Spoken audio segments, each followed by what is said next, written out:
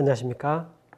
조화로운 김포라이프, 평화와 문화가 있는 김포에서 시공간을 넘는 사람 소리라는 주제로 시가의 찬인 김포를 시작하도록 하겠습니다.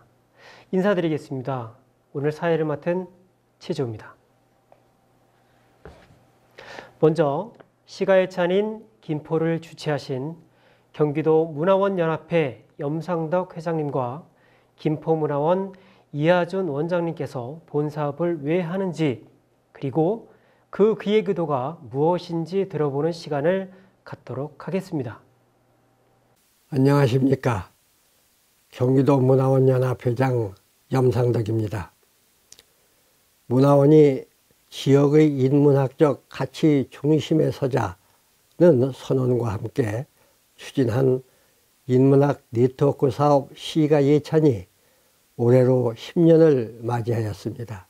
10년 전 시는 세상을 이해하는 가장 아름다운 방식이라는 주제로 시작한 시가 예찬이 이제 다른 차원으로 인문학적 소통을 실험하게 되었습니다. 올해는 기존 커뮤니티와 소통이라는 개념의 근본적인 전환을 모색해 보고자 합니다. 코로나는 사람과 사람의 만남으로 탄생하는 커뮤니티, 즉 관계의 문제를 근본적으로 전환하라고 요구하는 것 같습니다. 인문학적 관점에서도 인간이 구성한 사회를 자연의 우위 개념으로 만들어낸 휴머니즘 이후의 사회에 대한 고민이 필요한 시점입니다.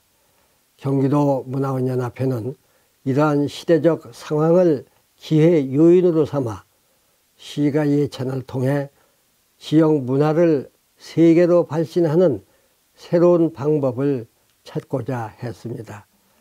정봉 조원 선생으로 대표되는 김포의 지역적 상징을 새롭게 재해석하여 발신하고자 합니다.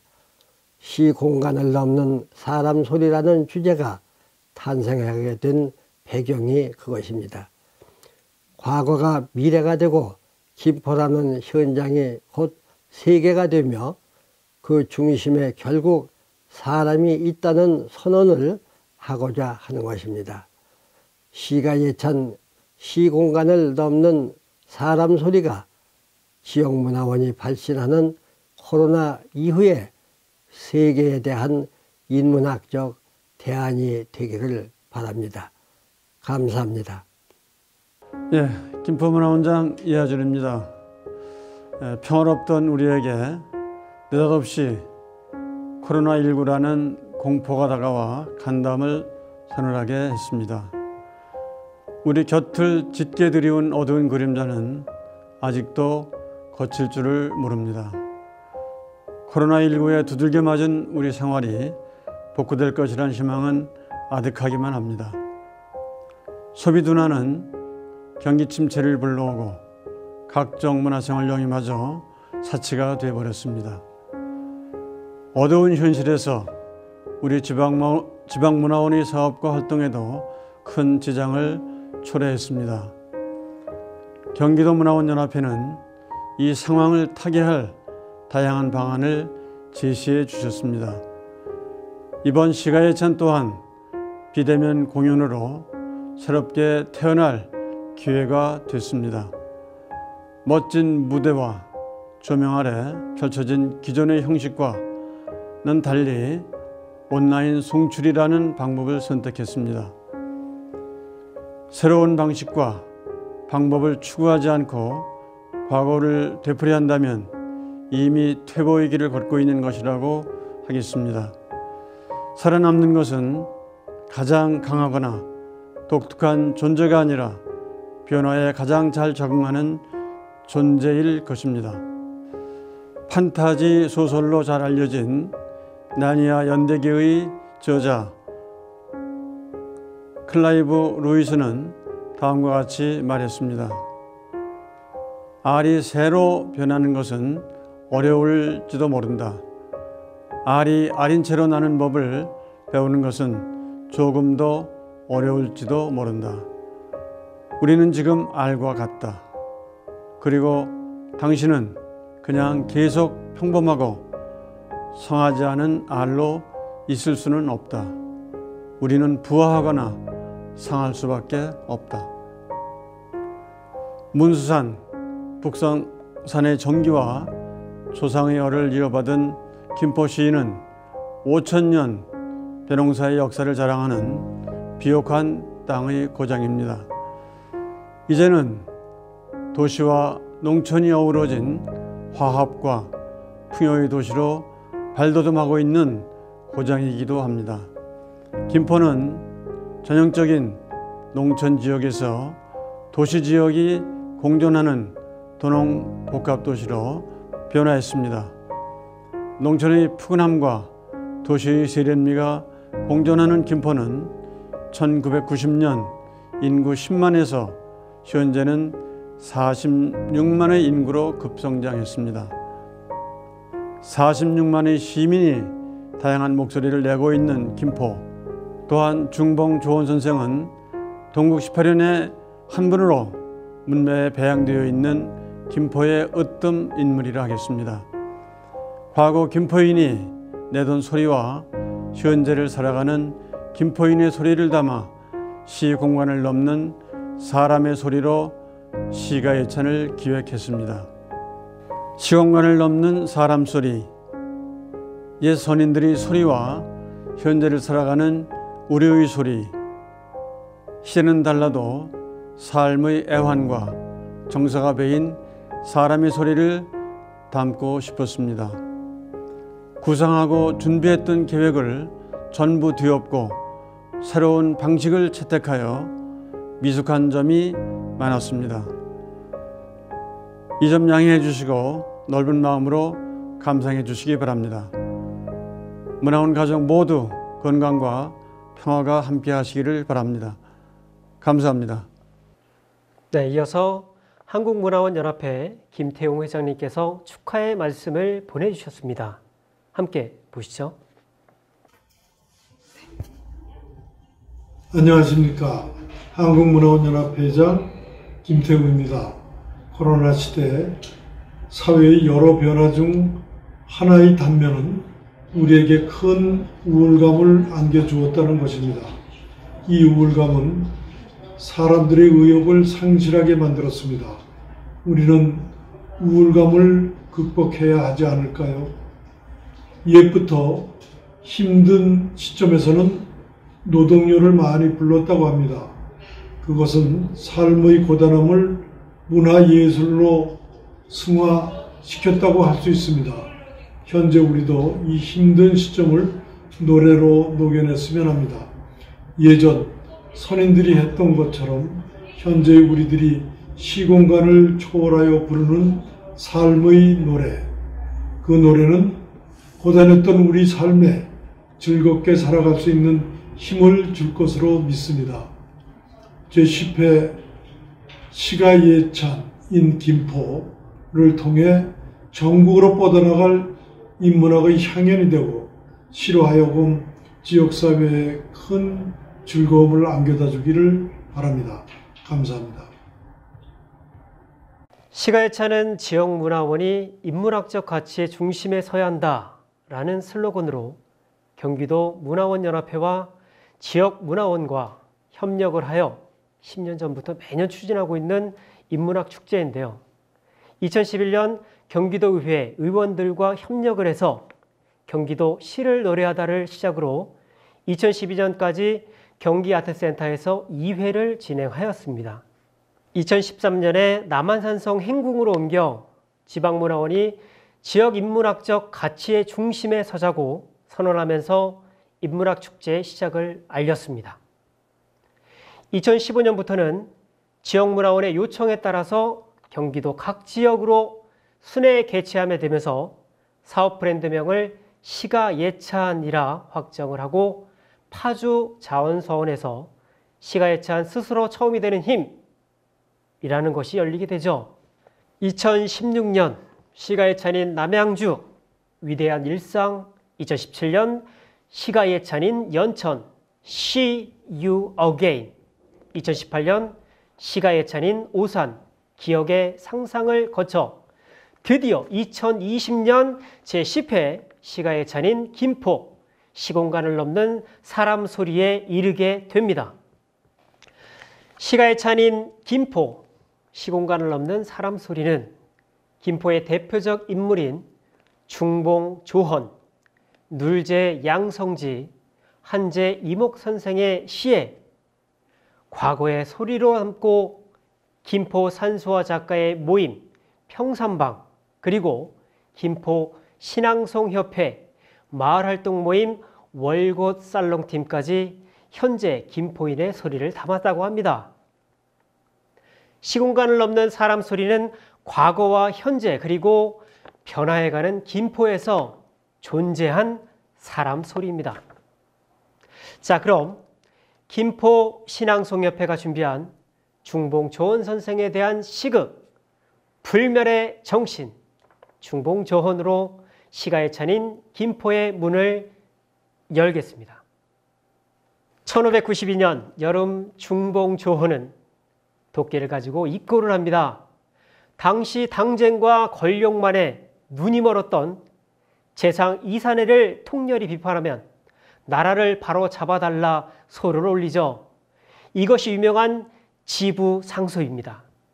지부상소는 받아들이지 않으려면 자신의 머리를 쳐달라는 뜻으로 도끼를 지니고 올리는 상소를 말한다고 합니다. 목숨보다 의의를 이루는 것이 더욱더 중요하기 때문에 가능한 일입니다. 중봉 조헌은 김포에서 태어난 율곡 이의 문인입니다. 1592년 임진왜란 때 옥천에서 의병을 일으켜 싸우다 당시는 전라도였던 금산에서 전사한 의병장이시며 학자이자 정치개혁가입니다.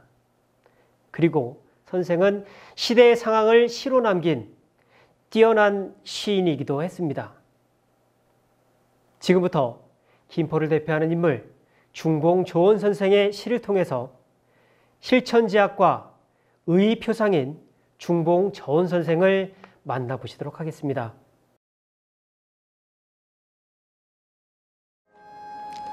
(1544년) 경기도 김포에서 태어난 중봉 조헌 선생은 탁월한 정치개혁가이자 동국 18연에 모실 정도로 뛰어난 학자였고 의의 표상인 의병장으로서 위기에 처한 조선에 숨을 불어넣은 위대한 선인입니다. 또한 조천일기와 동안봉사 등의 기행문과 300수가 넘는 시를 지은 문장가이기도 했습니다. 진본 청구영언에 실린 선생의 주옥 같은 시는 정경묘사만으로 봄의 정취와 선생의 외로운 심정을 드러냅니다. 지당에 비 뿌리고 양류에 내 끼인제 사공은 어디 가고 빈 패만 매였는고 짝이른 갈매기는 오락가락 하더라. 위기에는 누가 나라를 지킬 것인가? 조헌 선생은 구국의 일념으로 수많은 상소를 올렸습니다. 특히 도끼를 메고 대궐에 나가 시국이 어려움에 처했으니 이를 바로잡아야 한다는 지부상소, 즉 임금이 자신의 상소를 받아들이지 않으면 차라리 가져간 도끼로 자신을 죽이라는 목숨을 건 상소를 올립니다. 당시 선조가 이 상소를 받아들였다면 어쩌면 우리의 역사는 달라졌을지 모릅니다. 선생의 깊은 탄식이 들립니다. 아, 슬프도다.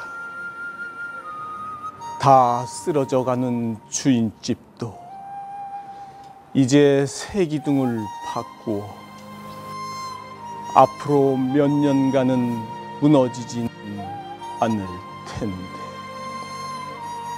만약 나라가 장차 기울면 누가 그것을 받쳐줄 것이며 또 무슨 물건을 가지고 그것을 버티게 할 수 있단 말인가.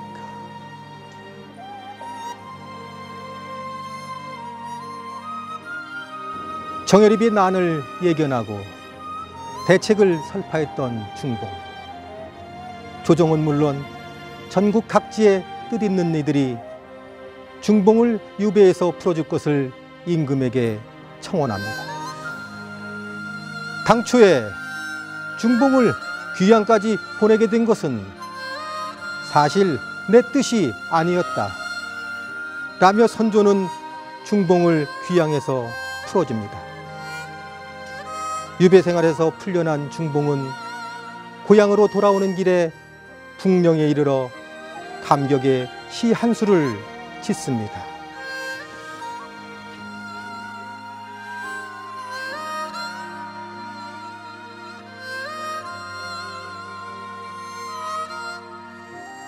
북녘 대궐 임금님 은혜 무겁고 남쪽 고을 어머님 평환 깊으시네. 마천령곡에 돌아가는 날이 있으니 감격의 눈물 스스로 옷깃에 가득. 어떠한 난관에도 굴하지 않고 일평생 나라를 걱정하던 조혼 선생은 사신으로 간 명나라의 조선 사신들 숙소인 옥하관에서 조선 중기의 문인 허봉의 시를 차원하여 이런 시도 남겼습니다. 5월에 김포를 떠나 늦가을에 황제의 나라 관문을 달린다. 싸늘한 바람에 온갖 풀이 시드는데 돌아가는 길은 천겹산이 가로막혔다. 꿈에도 자주 혼이 놀라고 시름 깊으니 귀민머리 희끗희끗. 흰 구름에 생각은 끝이 없는데 어느 날 어버이 얼굴 위로해 드릴까.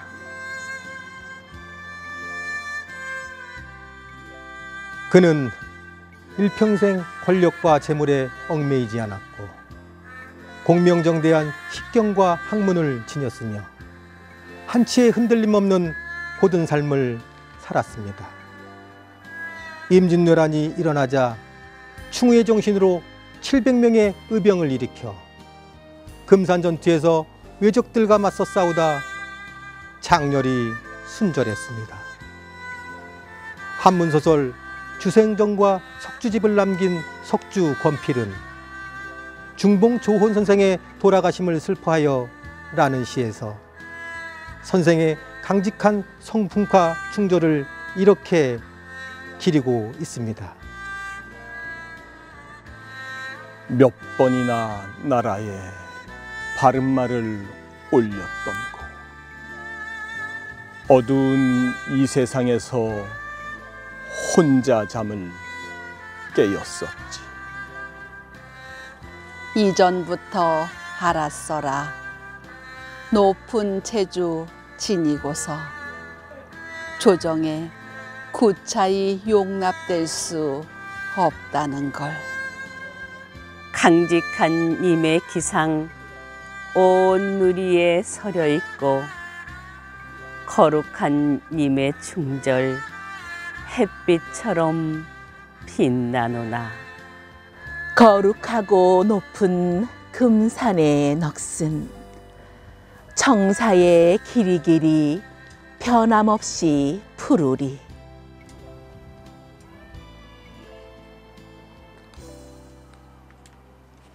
중봉 조혼 선생은 나라의 운명이 위태로울 때 분연히 일어나 의병을 일으키고 자신의 몸과 마음을 초계와 같이 하여 조국과 민족에 바친 구국의 사표였습니다.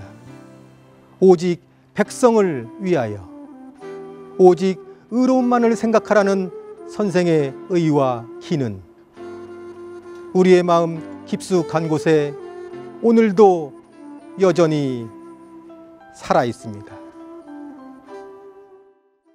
다음은 화실 평산방의 수장, 효곡 신흥균 화백의 산수화 퍼포먼스와 그리고 한민복 시인의 김포를 지나며를 감상하시도록 하겠습니다. 김포는 1990년 인구 10만이 채 안 되는 시기부터 도시화가 시작이 됐는데요. 지금은 46만의 인구를 자랑하는 중형 도시로 발돋움을 했다고 합니다. 농촌과 도시가 공존하고 있어 매력을 더욱더 느낄 수 있는 그런 곳인데요. 한민복 시인은 김포의 그런 모습을 담아서 김포를 지나며 라는 시를 지었다고 합니다. 농촌과 자연의 정취와 아파트 숲으로 상징되는 도시의 조화를 시와 그림으로 표현을 한다고 하는데요. 여러분 함께 보시죠.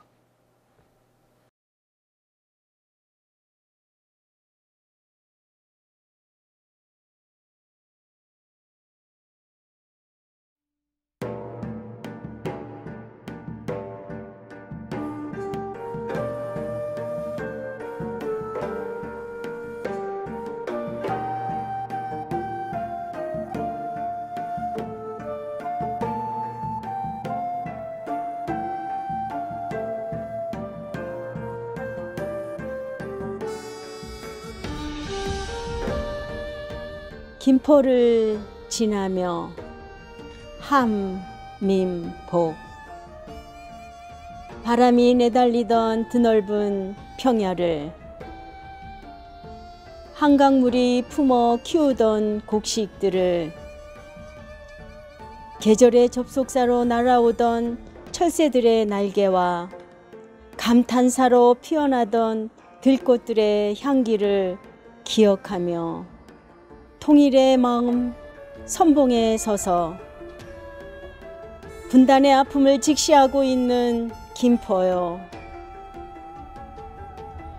너는 이제 세월을 떠안아 사람들의 삶을 머리에 이고 아파트 숲을 가꾸고 있구나.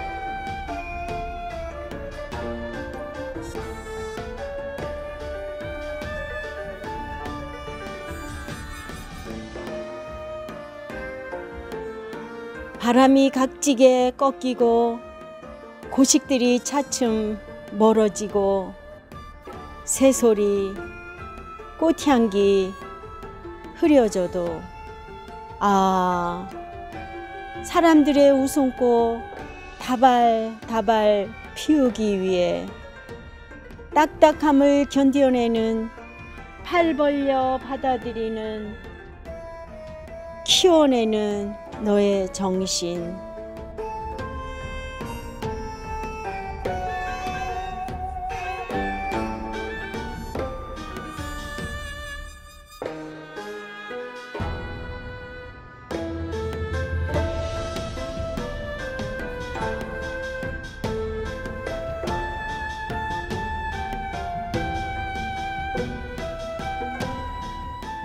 너의 너른 마음의 평야, 눈물처럼 깊고 푸르다.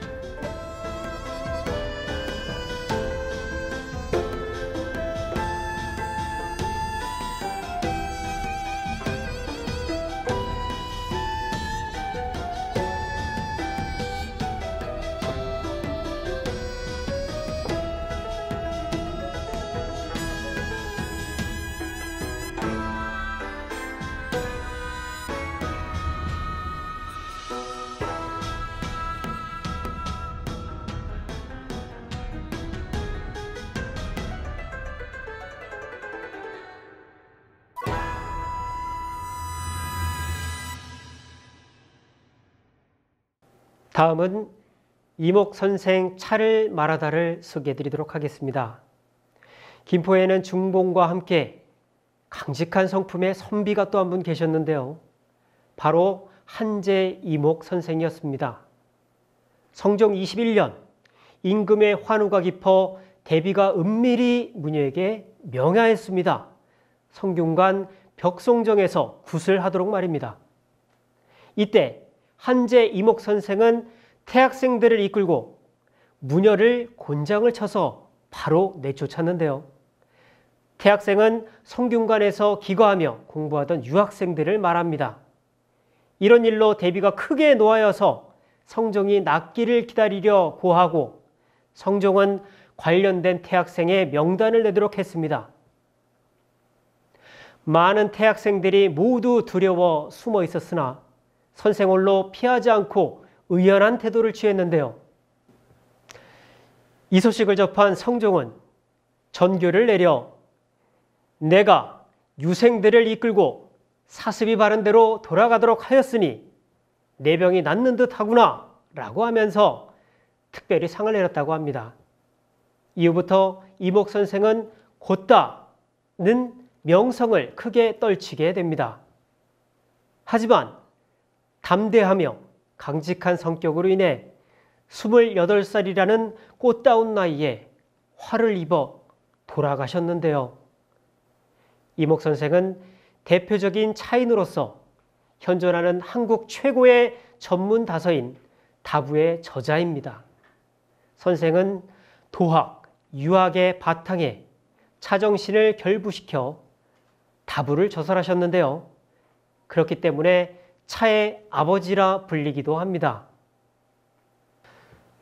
전통 차문화를 꽃피운 다산 정약용 선생과 초유선사보다 250년 전에 태어나 차문화의 성부자라 할 수 있습니다.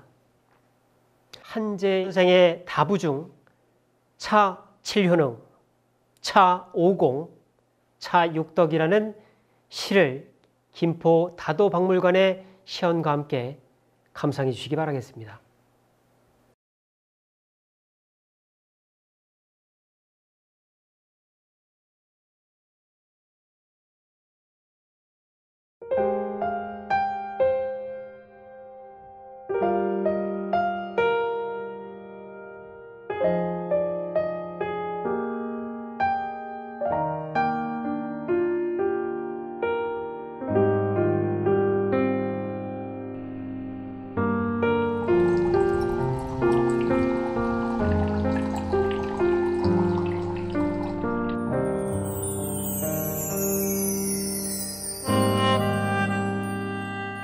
한제 이목 선생의 차 7효능, 차의 7가지 효능.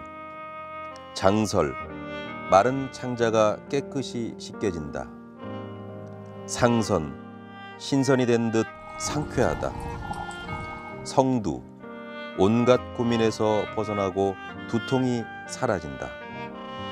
웅발, 큰 마음이 일어나고 우울함과 울분이 사라진다. 색둔, 색정이 사라진다.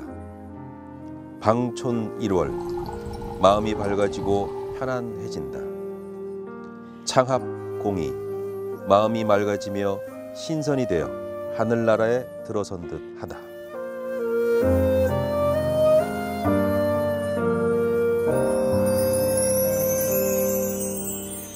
일곱 주발의 차노래.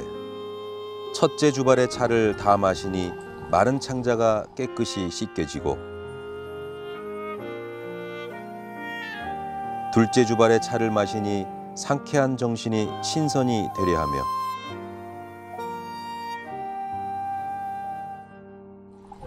그 셋째 주발의 병골에서 깨어나고 두통이 말끔히 나은 듯하다.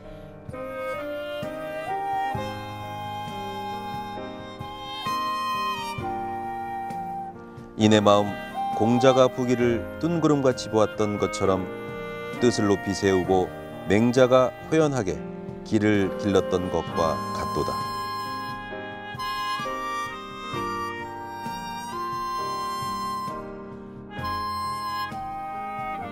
그 넷째 주발의 운건, 호방한 기계가 피어나고 근심과 울분이 사라진다.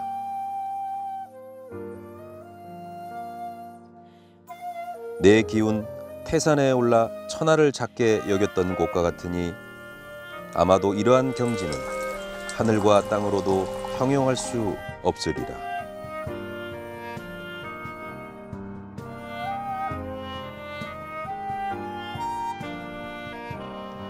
그 다섯째 주발에 생마가 놀라서 달아나고 개걸스런 시동도 눈멀고 귀 먹으니 이내 몸 구름 치마에 깃털 조골이 입고 흰 난새를 월궁으로 채찍질하여 가는 것 같도다.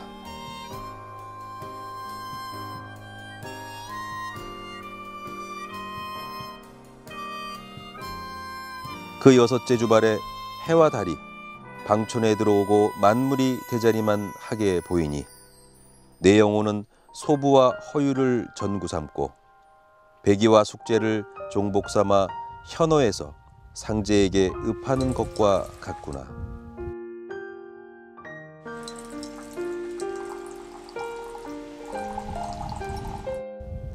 어쩐 일인가 일곱째 자는 아직 반도 마시지 않았는데 우연히 맑은 바람이 흉금에서 일어나네.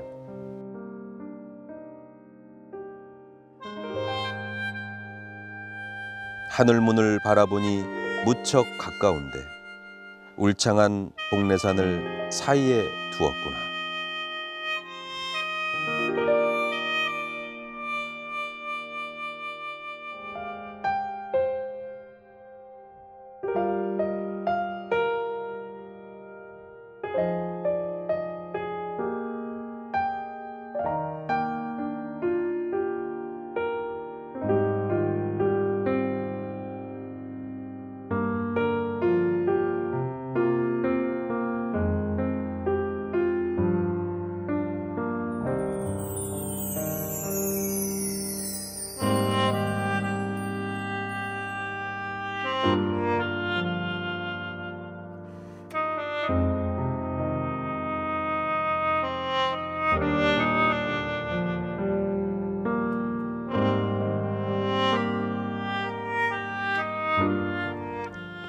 차의 5공, 차의 5가지 공.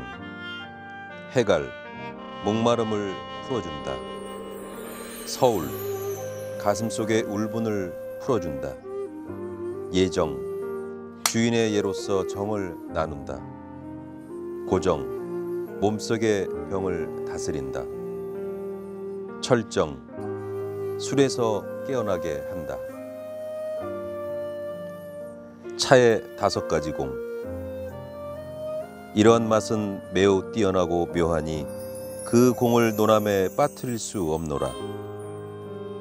서늘함이 일어나는 옥당에서 밤이 이슥하도록 서탑에 앉아 만권서적을 독파하려고 경각도 쉬지 않아. 동생같이 입술이 문드러지고 한자의 말처럼 이가 빠질 정도일 때 내가 아니면 뉘라서 그 목마름을 풀어 주었으리라.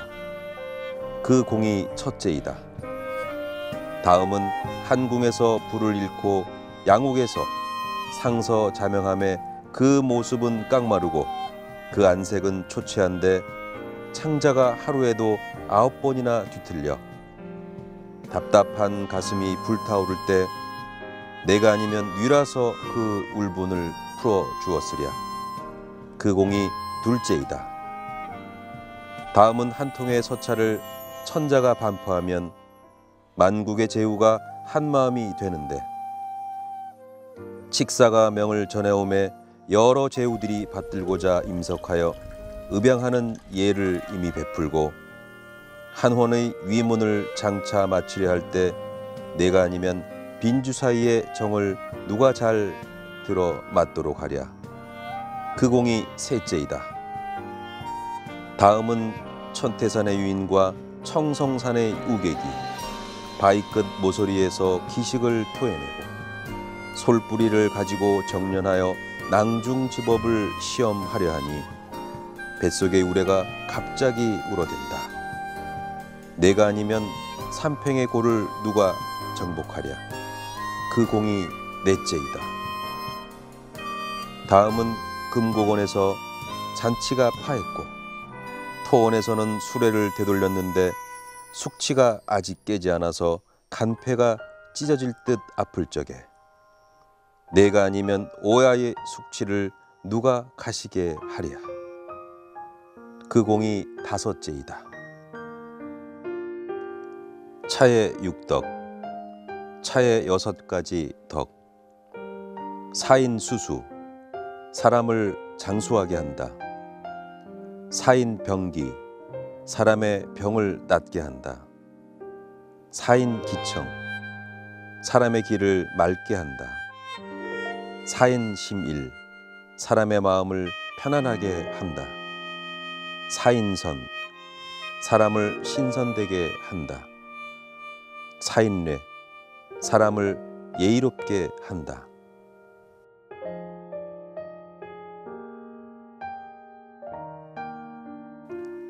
차에 6가지 덕.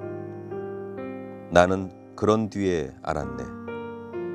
차에 또 6가지 덕이 있음을 사람을 장수하게 하니 재나 대순의 덕이 있는 것이요 사람의 병을 낫게 하니 유부나 편작의 덕이 있는 것이요 사람의 길을 맑게 하니 백이나 양진의 덕이 있는 것이요 사람의 마음을 편하게 하니 이로나 사호의 덕이 있는 것이요 사람에게 신선이 되게 하니 황제나 노자의 덕이 있는 것이요 사람을 예의롭게 하니 희공과 중리의 덕이 있는 것이다. 이것은 옥천자가 일찍이 찬한 바요 육자가 일찍이 즐긴 바이며 매성유는 이로써 인생을 깨달았고 조업은 이로써 망규의 경지에 들었다네.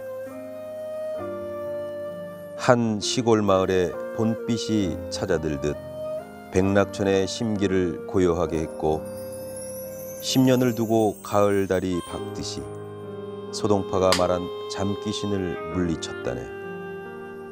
오해를 쓸어 없애고 활진으로 힘차게 나아가니 이것은 조물자가 대개 은총 내림이 나와 옛사람이 함께 즐기는 것이라네.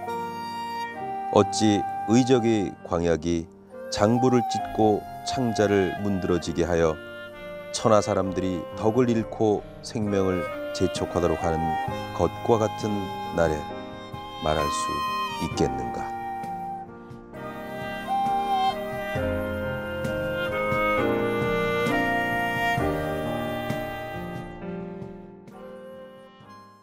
세종부터 성종에 이르기까지 무려 6대 임금에 걸쳐 벼슬을 역임하며 모든 분야에서 공로가 깊은 분이 계십니다. 세조가 해동의 제갈량이라 평가한 눌제 양성지인데요. 자주국가와 실용정치에 힘을 기울이던 양성지 선생은 관직에서 물러난 후 통진을 사랑해 지금의 양촌면 대포리에 모간정을 짓고 아들 넷과 함께 사셨다고 합니다. 일찍부터 중봉 선생의 선조이신 조원희의 집에 찾아와서 시를 읽곤 하셨습니다. 통진에 자리 잡고 나도 살고파서 술 한 병 들고 친구 집에 찾아왔네. 김포를 대표하는 인물 중 한 분인 눌제 양성지 선생, 그를 기르기 위한 서원이 바로 대포서원입니다.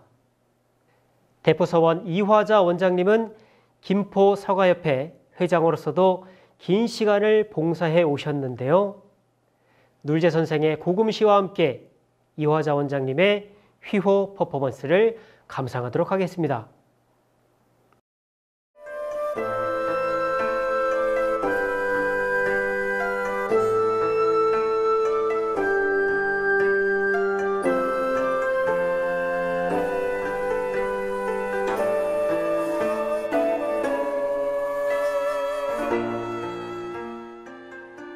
창조하여 남기기도 진실로 쉬운 일이 아니오며 유지하고 지키기는 더욱 어렵소이다.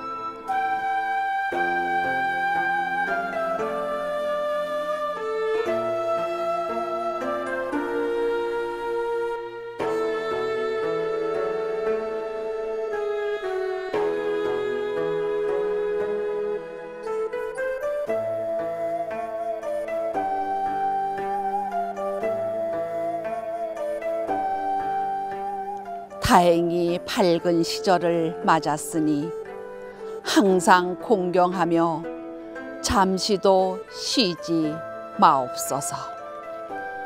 천도는 거기에 사사로움이 없고 민심은 생각이 어그러지지 않습니다. 원컨대 끝과 처음을 같게 하시어 만세를 하루같이 하소서.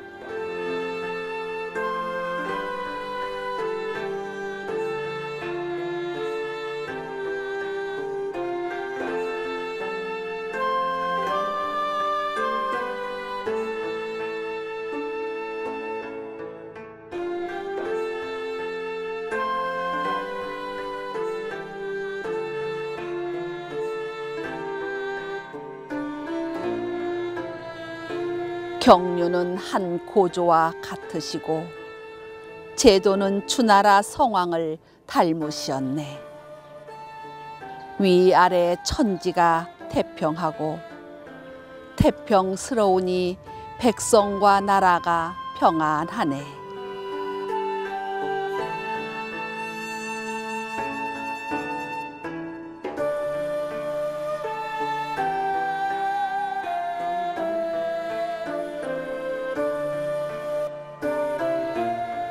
벼슬 자리에 어느 것이 쓸모 없으리.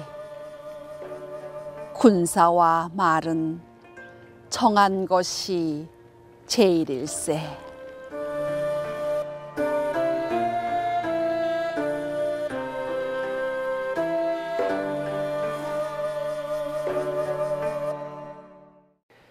김포는 중봉조원의 고향입니다.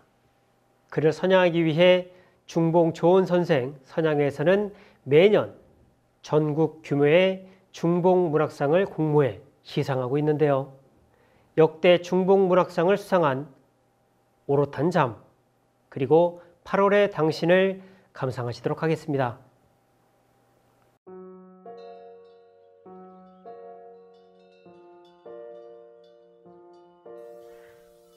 오롯한 잠, 중봉일기, 송지원.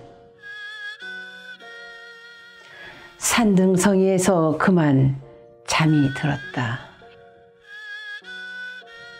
불면증을 앓던 하늘이 소란해지고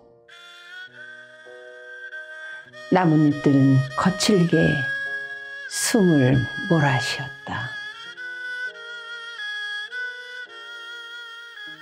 무성한 신음소리를 몰고 촉새가 사라진 곳에서 아침 해가 뜰 때 나는 꽃으로 기억되길 기도하지 않았다.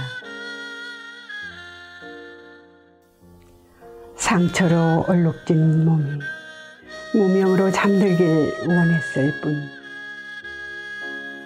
가슴을 관통한 빗물은 나무의 발목을 씻으며 논밭으로 스며들었다.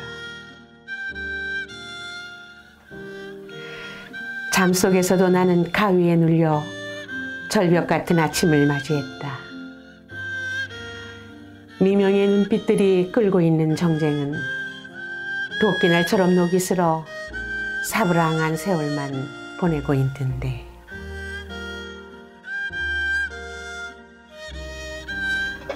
오롯한 잠은 언제 이루어지나.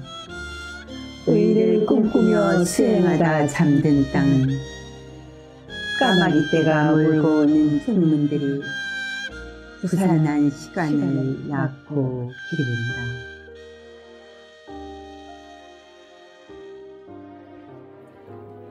불안이 평안으로 도금되어 땅 위에서 내 이름이 지워지는 날, 내가 완벽한 잠에 들 수 있으므로 모든 영육이 사그라진 무덤 안에서 세상 이쪽의 눈에 걸어둔 피로 오늘도 내 이름의 부재를 확인하는 중이다.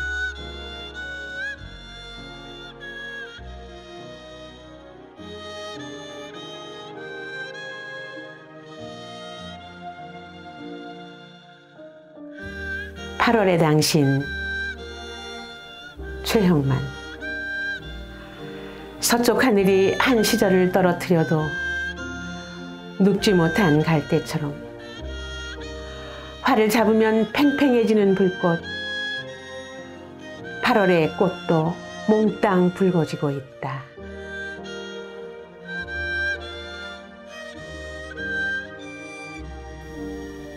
발목부터 올라온 뿌리의 함성은 어디로 흘러갔을까? 붉은 깃발에 꽃잎 날리며 꽃대 밀어올린 그 힘으로 돌아오라고 사람들은 북을 두드리고 징을 친다.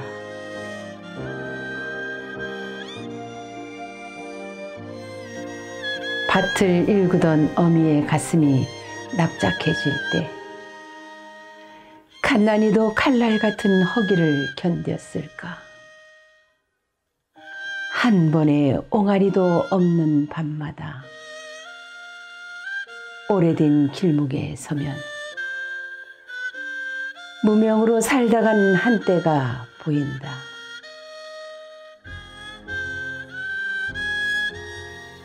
비린 땅을 지키려 눈뜨면 초록으로 일어섰던 임진의 여름. 칼의 무게를 견딘 계절이 지던 날, 투구와 휘장은 어느 고개를 넘어갔을까.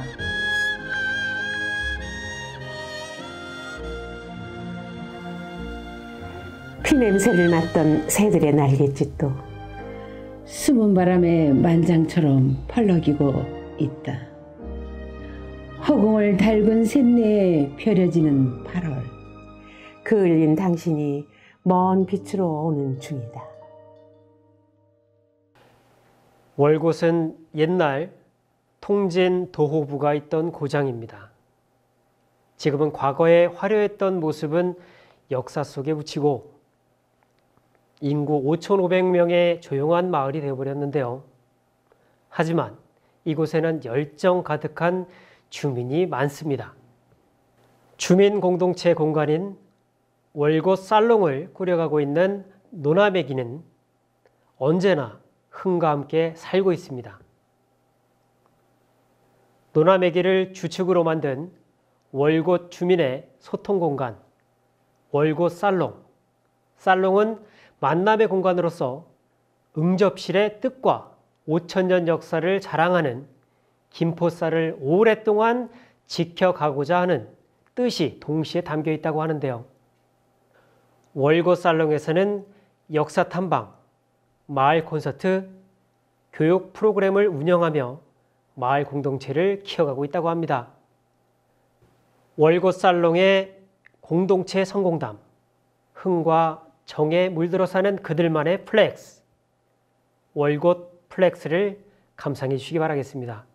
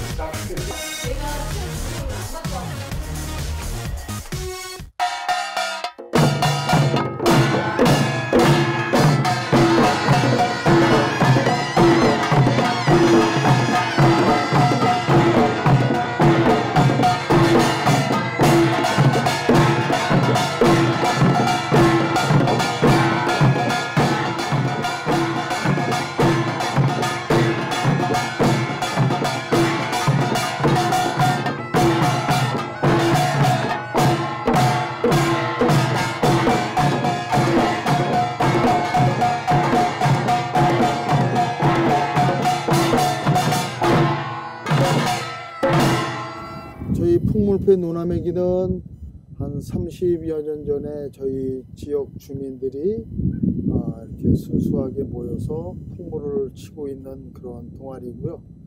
노나매기라고 하는 뜻은 나도 일하고 너도 일하고, 나도 잘 살고 너도 잘 살되 올바른 세상을 만들고자 하는 그런 의미를 두고 있습니다.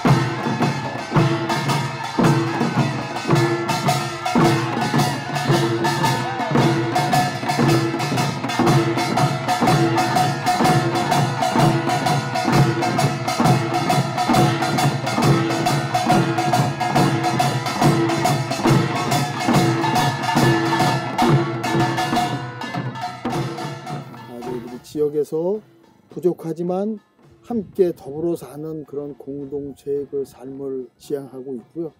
오늘 저희들이 오늘 친 가락은 노나매기가 30년 전부터 지역에 있는 가락을 정리하고 이렇게 좀 맺어서 이렇게 판굿으로 이렇게 만드는 겁니다.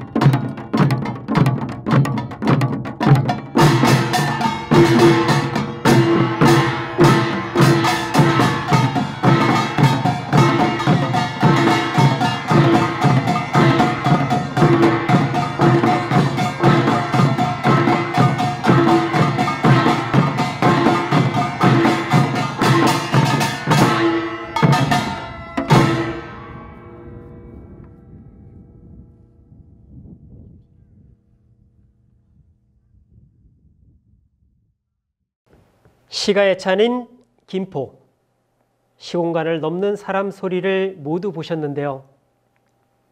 인간의 뇌는 시와 산문을 읽을 때 각각 다르게 반응을 한다고 합니다. 감정이 부여된 시를 읽으면 음악을 듣는 것과 유사한 반응을 보인다는 것이죠. 시대를 가리지 않고 시와 음악은 우리 정서를 내만져줍니다. 그 옛날 시를 노래하던 선조들과 현재를 노래하는 우리의 삶이 교감할 수 있는 시간이었길 바랍니다. 시가 애찬 인 김포, 시공간을 넘는 사람 소리, 여기서 마치겠습니다. 시청해 주셔서 감사합니다.